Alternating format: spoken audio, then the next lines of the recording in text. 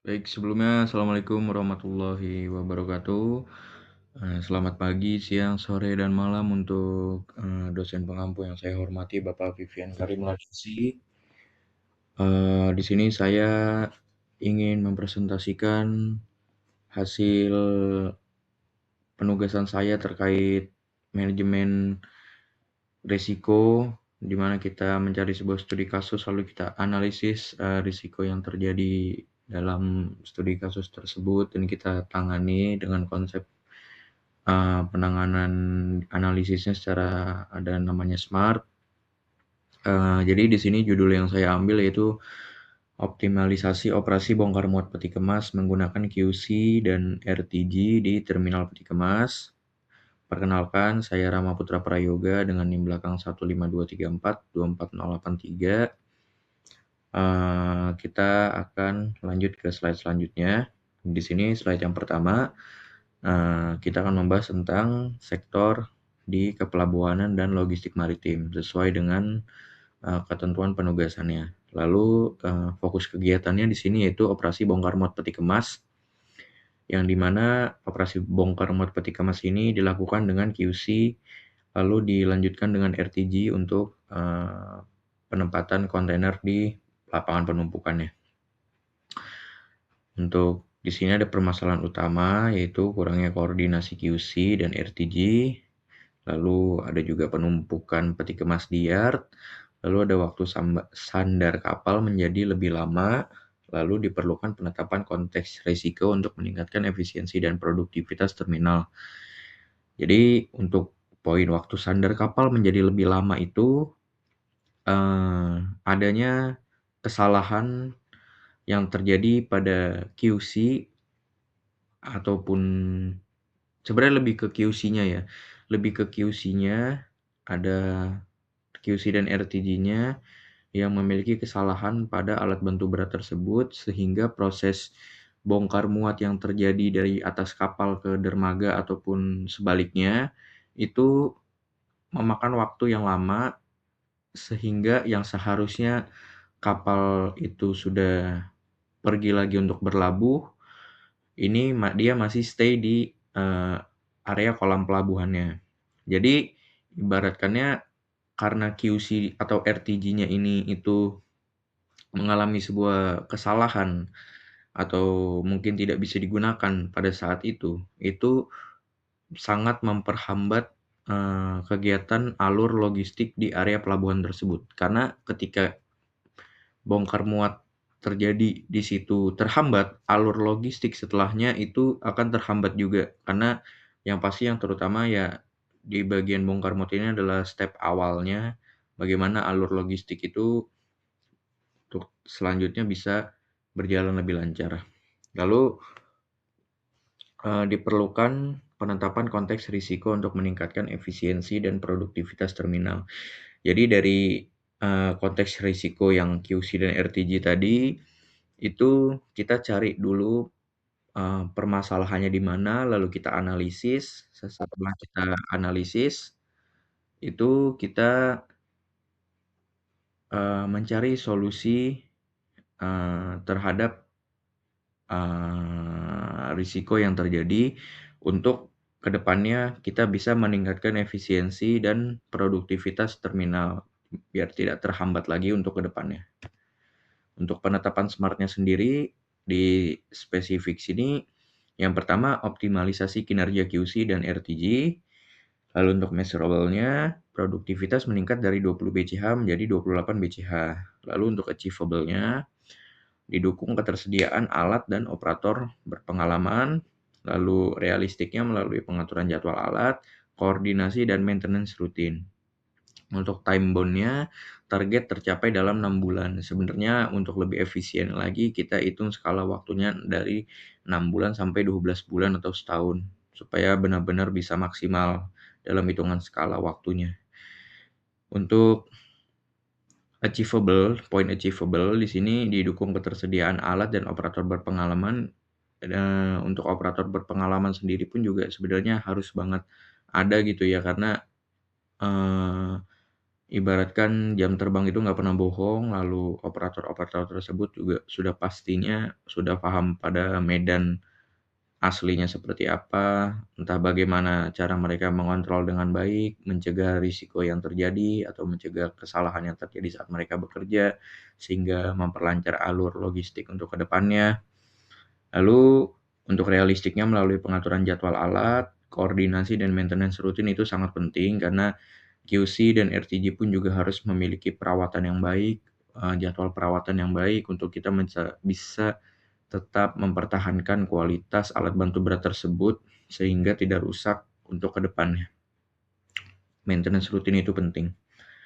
Sasaran akhirnya yaitu untuk mengurangi waktu sandar kapal dan meningkatkan kinerja terminal. Karena ketika waktu sandar kapal itu rendah gitu kan, tidak tinggi, itu akan meningkatkan efisiensi, bongkar muat yang efektif dan efisien sesuai dengan tujuan.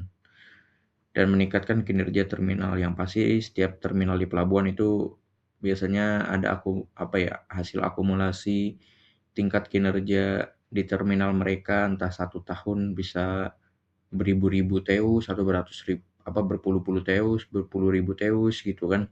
Pasti mereka punya hasil akumulasi analisis mereka lah, kinerja terminal mereka. Untuk di ruang lingkup risiko sendiri, untuk yang kegiatannya itu bongkar muat peti kemas QC dan penataan di yard menggunakan RTG dengan lokasi dermaga terminal peti kemas dan kontainer yard. Dengan skala operasi, jumlah QC-nya ada 4, jumlah RTG-nya ada 8, dan kurang lebih rata-rata itu ada 2000 TEUs per hari. Untuk periodenya di sini 6 bulan, Januari sampai Juni 2025 dengan cakupan risiko operasional alat, kesiapan operator, koordinasi, dan K3. Lalu ada stakeholder dan proses bisnis. Di stakeholder internal ini ada namanya manajemen terminal dengan pengambilan perannya sebagai pengambilan keputusan. Untuk manajemen terminal di sini itu kepentingannya untuk produktivitas dan efisiensi dengan tingkat pengaruhnya tuh tinggi. Lalu perannya itu yang seperti tadi saya sudah bilang itu sebagai pengambil keputusan. Lalu ada supervisor operasi dengan kepentingan yaitu kelancaran bongkar muat dengan pengaruh tinggi dengan peran pengawas lapangan. Lalu ada operator QC dan RTG di mana dengan peran kepentingannya itu keselamatan dan kemudahan kerja dengan tingkat pengaruh sedang dan perannya sebagai pelaksana operasional.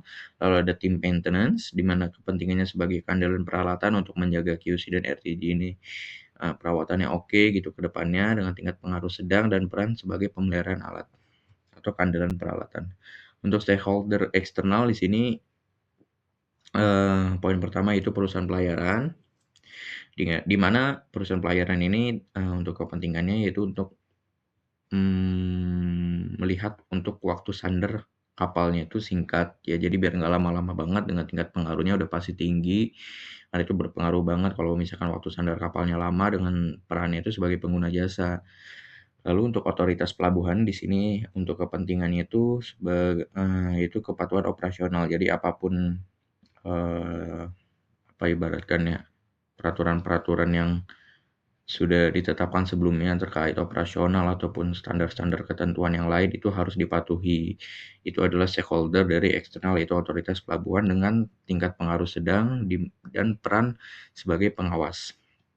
Lalu yang terakhir dari stakeholder eksternal ini yaitu vendor alat berat di mana tingkat kepentingannya itu sedang dengan kepentingannya sendiri sebagai kinerja peralatan, lalu perannya sebagai penyedia teknis. Ini vendor alat berat ini benar-benar juga adalah salah satu yang penting juga, karena kalau misalkan terminal itu sendiri tidak memiliki alat bantu berat mereka tidak punya alat bantu berat sendiri lah, pasti kan mereka juga butuhlah orang-orang yang menyewa. Nah, vendor alat berat inilah yang akan membantu terminal tersebut bisa beroperasi. Mereka memiliki rangkaian-rangkaian QC dan RTG yang siap ditempatkan di terminal untuk kegiatan bongkar muat dan alur logistik di area tersebut untuk kedepannya.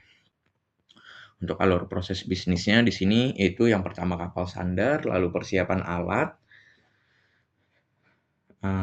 lalu bongkar muat QC, lalu ditransport ke yard menggunakan truk dulu, lalu penataan dengan RTG. Di sini ada kriteria risikonya yang dimana yang pertama kemungkinan risiko likelihood-nya level 1 sampai 2 itu gangguan yang jarang terjadi. Level 3 tuh gangguan tahunan, level 4 sampai 5 tuh gangguan bulanan hingga harian. Jadi di sini untuk kemungkinan yang pertama itu, untuk yang level 1 sampai level 2 itu gangguan kecil pada QC dan RTG, dan kerusakan alat ringan yang terjadi 1 kali dalam 2 sampai 5 tahun. Lalu untuk yang level 3 itu gangguan operasional terjadi yang di mana kurang lebih 1 kali dalam 1 tahun. Untuk level 4 dan level 5 itu adalah gangguan alat atau koordinasi terjadi setiap bulan, dan gangguan terjadi mingguan atau harian pada jam operasi. Ini wajar banget ya, yang pasti di dalam kerja pun juga pasti ada yang seperti itulah. Untuk dampak risikonya di sini ada minor, di mana keterlambatan tuh kurang dari 30 menit, lalu moderate signifikan, yaitu keterlambatan 1 sampai 6 jam nih udah lumayan harus agak ditangani ya. Lalu ada major catastrophic, di mana operasi terhenti lebih dari 6 jam. Ini bahaya nih sebenarnya ya, kalau udah kayak gini udah pasti ada yang salah besar nih di proses yang terjadi bongkar muat di area dermaganya itu udah pasti udah ada yang salah. Bahaya, harus segera ditangani. Lalu untuk justifikasi kriteria atau dasar penilaiannya, waktu sandar kapal, produktivitas bongkar muat, keselamatan kerja atau K3, dan kinerja operasional terminal. Waktu sandar kapal itu berpengaruh ya. Kalau waktu sandar kapal lama ya berarti efektivitasnya kurang. Kalau misalkan produktivitas bongkar muatnya juga kurang, ya berarti dia tidak mencapai tujuan yang sudah ditetapkan di awal, di mana dia harus meningkatkan keefektifan dan keefisienan yang baik.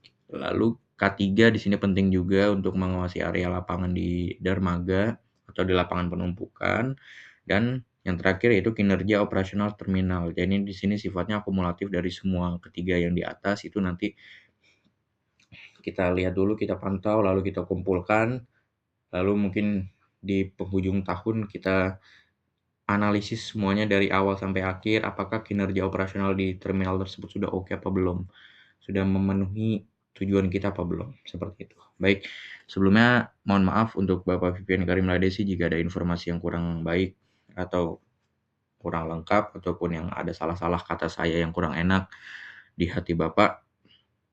Mohon maaf Pak. Baik, sebelumnya terima kasih ya Bapak. Mohon maaf jika ada salah kata. Wassalamualaikum warahmatullahi wabarakatuh.